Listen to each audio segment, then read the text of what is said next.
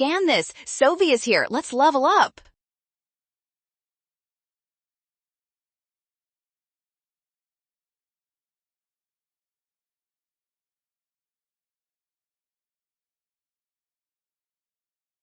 When country G's real interest rates climb, financial assets there suddenly offer much higher returns than before. This makes their domestic bonds and savings accounts way more attractive to global investors.